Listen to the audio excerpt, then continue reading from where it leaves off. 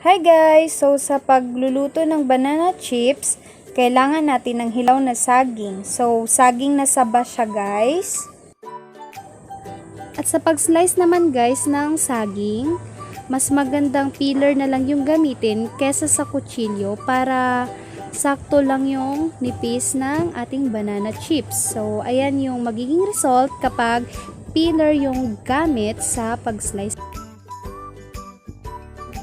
So, ayan guys, piniprito na yung ating saging.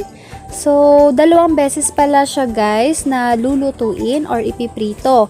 So, sa unang pagprito, kailangang hintayin lang muna natin siyang magdilaw or magyelo yung kanyang itsura.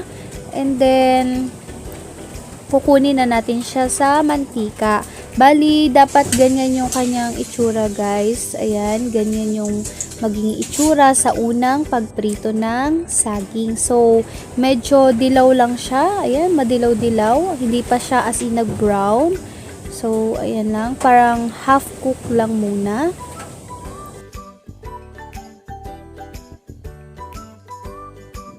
Ayan na guys, yung pangalawang pagprito natin ng ating banana chips. Bali, lalagyan na natin siya ng asukal para matamis yung ating banana chips. So, ayan. Bali, asukal siya guys na tinunaw sa tubig.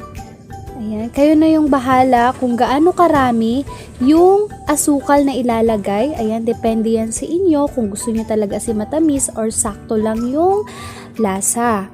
Ayan. So, ganyan dapat yung paglagay ng ating asukal. So, halu-haluin lang natin maigi.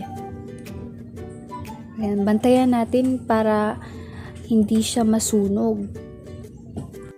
So, kaya siya guys niluto ng 2 beses or sinalang siya ng 2 beses sa mantika para maging crispy talaga yung ating banana chips. Ayan.